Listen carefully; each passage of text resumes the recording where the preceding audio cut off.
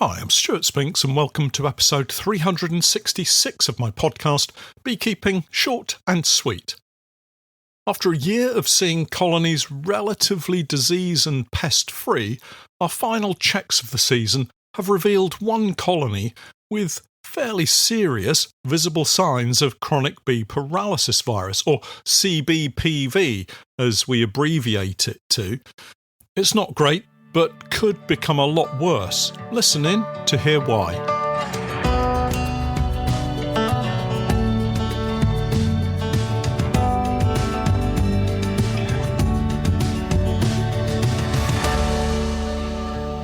Beekeeping Short and Sweet, a beekeeping podcast for the inquisitive beekeeper with a short attention span.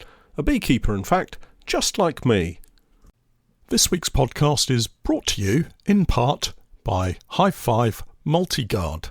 So, when you need a little peace of mind that your bees are safe from dangers of all kind, pesticides, hornets, wasps and mice are no match for High 5. The High 5 Multi-Guard is the best one in town. Keeps your bees safe all year round. The ultimate solution has been found. It's High 5. The High 5 Multi-Guard fits nearly all beehives and makes beekeeping much easier. High 5. Hi everyone, welcome back to the podcast. And it's another sunny and relatively warm day here at Beekeeping HQ in Norwich. Looking at the forecast, the weather is set to be fairly dry here for the next week or two, with daytime temperatures gradually sliding downwards into the mid-teens Celsius, somewhere around 14 or 15 degrees. I think that's probably the slow descent into more autumnal and winter temperatures. Time then to dig out the warm jumpers and jackets in preparation for our workshop winter clean-up sessions. Our colonies are really starting to show signs of the approaching winter. Boxes are incredibly heavy now, and not just the full-size hives. The nuke boxes are really heavy too, so much so that I've stopped feeding them now.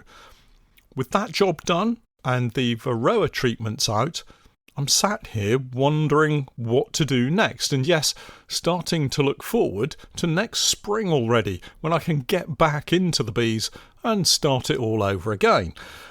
It doesn't take long for the feeling of not being around the bees to set in for me personally, and that longing for spring to arrive and the excitement that brings. And yes, even after all these years, I still get excited to see the bees in those first few inspections of the season. Now that's a long way off, of course, as we tiptoe into the middle of autumn and onward into those cold, short days of winter.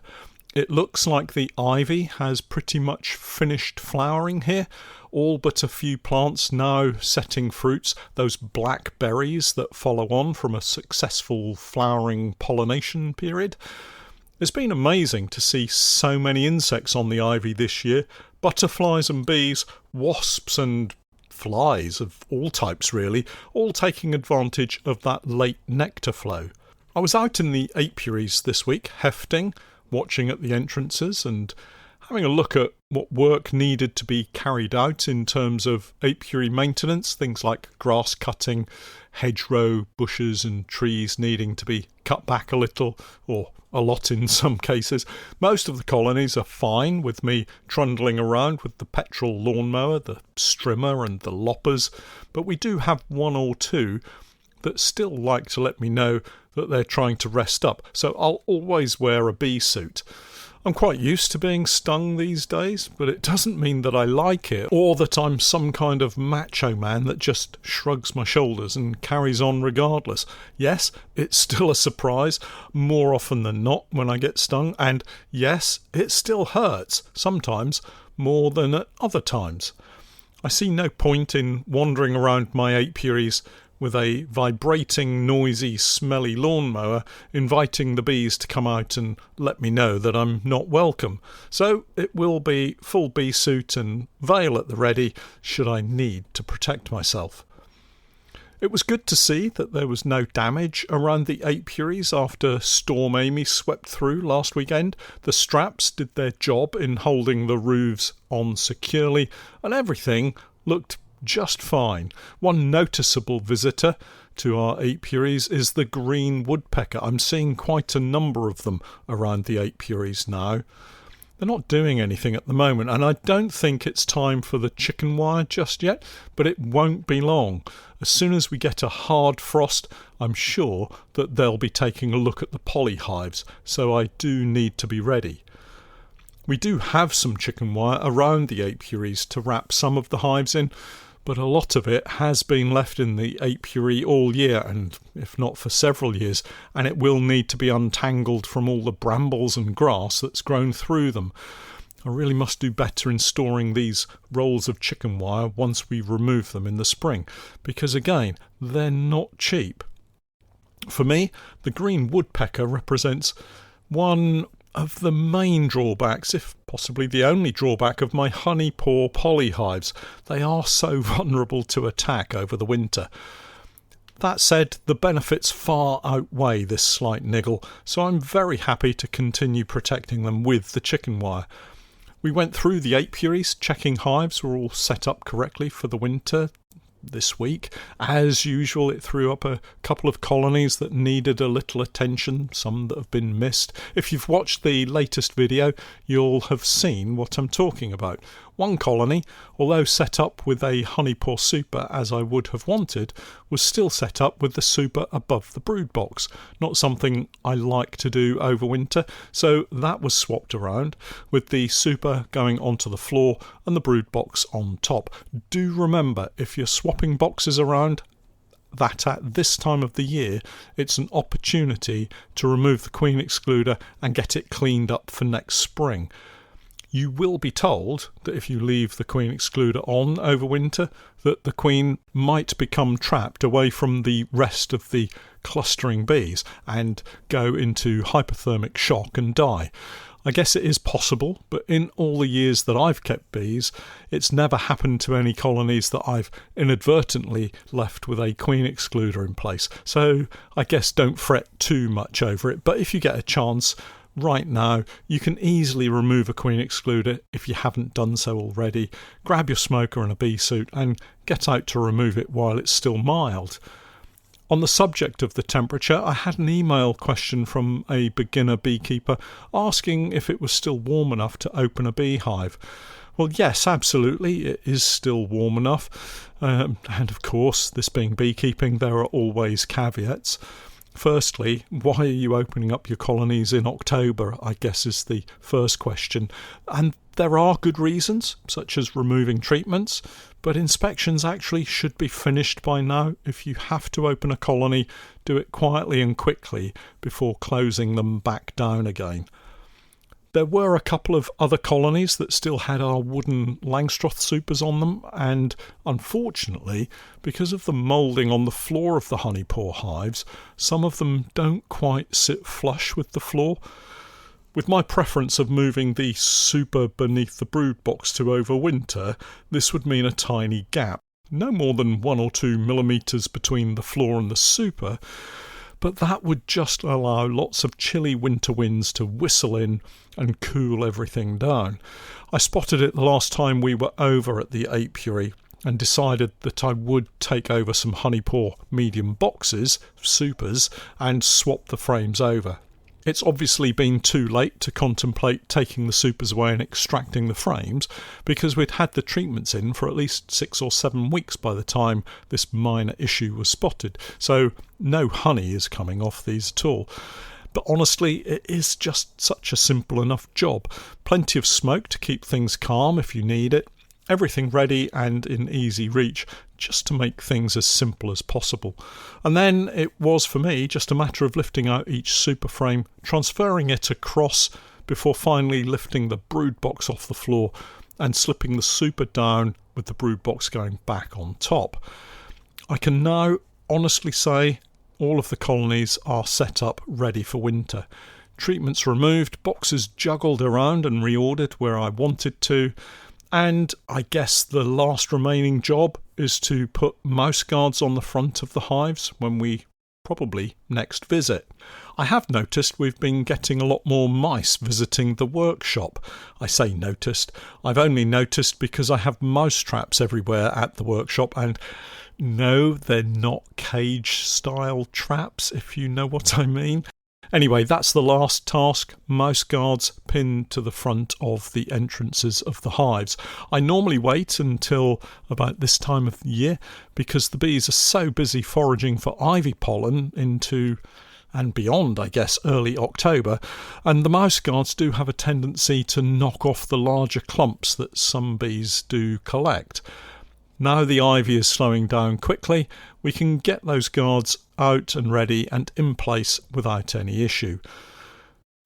While I was at the apiary last week, this is the apiary at the farm, the location we brought all of the borage colonies back to. While I was there, I noticed a colony that was looking a little distressed. I didn't inspect it, there was no need. In fact, if I had inspected it, there may have been a sudden rush of robbing from other bees, as the smell of the ivy nectar being brought back in was still very strong. The problem that I'd spotted was Chronic Bee Paralysis Virus, or CBPV as we abbreviate it to. For me, CBPV is the single biggest threat to the general health of my colonies through disease. Yes, we have pests such as Varroa, and yes, we do have the Asian yellow-legged, yellow-faced hornet on its way, but CBPV is a viral infection that gives me sleepless nights. Well, maybe not quite as dramatic as that, but you get my point, hopefully. I can treat for Varroa, I can watch for the Asian hornet and track them if necessary. Currently, I don't think I can do a great deal of self-help when it comes to trying to help a colony that's infected with chronic bee paralysis virus. There's a lot of useful information out there about what it is, what it looks like, how it affects the colony, and what to look out for. But actual treatments, we have none. And left alone, it becomes a colony simply overwhelmed by the virus, which then gets moved on to other colonies, and so the cycle continues. So, chronic bee paralysis virus. It pops up in a colony seemingly out of the blue most of the time and reveals itself usually in one of two forms, or both. Firstly, and I know them as Syndrome 1 and Syndrome 2, Syndrome 1 is an almost uncontrollable shaking. It looks like the bees are shivering with cold. You could sometimes maybe mistake the appearance of many bees performing a waggle dance as this syndrome, but once you spot the difference, it's pretty hard to mistake it for something else. When you inspect and remove the roof and crime board or cover board, try not to use too much smoke and watch closely the general covering of adult bees on the tops of the brood frames.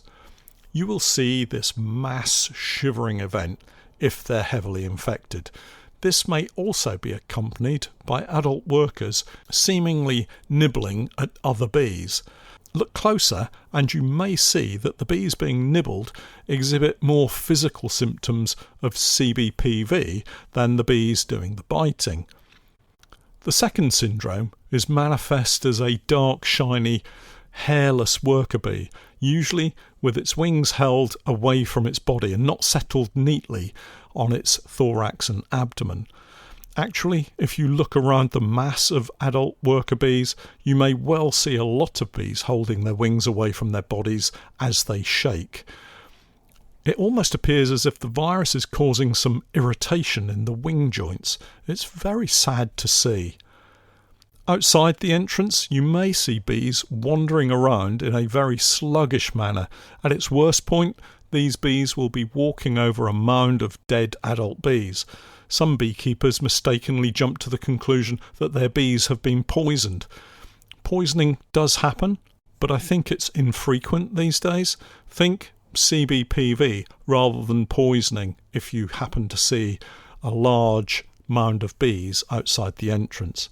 Without getting too technical, the virus is what's known as an RNA virus. We know lots about it, but we have no easy way of treating it. If you log on to Google Scholar and search Chronic Bee Paralysis Virus, you will see lots of research papers that have been published, but as yet, nothing much by the way of practical help for beekeepers to treat their colonies. Here we enter a discussion about the best way to move forward with a colony that is infected. And sadly, my preferred method of dealing with it is destruction of that infected colony. Let me explain this seemingly harsh choice. I currently have 29 colonies in this particular apiary. It's a lot of colonies and crowded into one apiary to overwinter. Now, without any science to back up my theory or thoughts on how this disease gets transmitted, I believe it is through social contact with other infected honeybees. Within a colony population, this transfer of disease travels horizontally through the adult population, so adult bee to adult bee, but can also infect all developmental stages of the honeybee and can be spread by a range of pathways such as fecal, oral and mechanical transmission. A colony infected is really up against it. Now think about colonies in the winter particularly. Some healthy but short on food, a warm winter's day and a chance to get out on a cleansing flight and a quick search for food. The healthy bees will find the weakened infected colony and start to rob it, thus transferring the disease to other populations within the apiary. If that doesn't happen and the disease isn't spotted, come spring we have an army of drones from other colonies all looking for an opportunity to mate with a virgin queen, and the best way to find one is to drift into other colonies, collecting and spreading who knows what pests and diseases, including our highly transmissible CBPV. Personally, I really can't afford to leave to chance the ability of an infected colony to recover or to fight off any robbers in midwinter or early spring, and they'll certainly allow drones to drift in and out if there's a chance of their virgin queens being successfully mated. So my only option, as I see it, for me personally, is the destruction of the infected colony to safeguard the remaining healthy colonies. If you only have one or two colonies, you may well be able to spend the time trying to help them recover, but remember, you also risk allowing colonies that other nearby beekeepers have of finding your infected colony and becoming infected themselves, thereby spreading the disease further afield. At some point next week, I shall destroy the infected colony as humanely and as quickly as possible, clean all of the equipment and set it aside to reuse next season. As a beekeeper, I choose to manage my bees this way. I know some will disagree, but we all have a choice, and I choose to protect my healthy bees and those healthy bees owned by other beekeepers. Well, that's it for this week. For all of you who haven't yet signed up to my Patreon page, I, together with Steph, have been creating beekeeping content for many years now. And if you're looking for some straightforward, down-to-earth tips and techniques, help and advice, then do take a look at my Patreon page. We have over 1,600 individual beekeeping posts, videos and podcasts filled with useful and timely help and advice. My approach is pragmatic and calm, sometimes entertaining, but always with help and support for beekeepers at the heart of what I do. I keep my videos short and concise wherever possible, no waffle, no flannel, just honest beekeeping advice from years of keeping bees. Take a look and join me for the new 2025 beekeeping season. It'll cost you less than a jar of honey. Head over to Google and search for Patreon and the Norfolk Honey Company.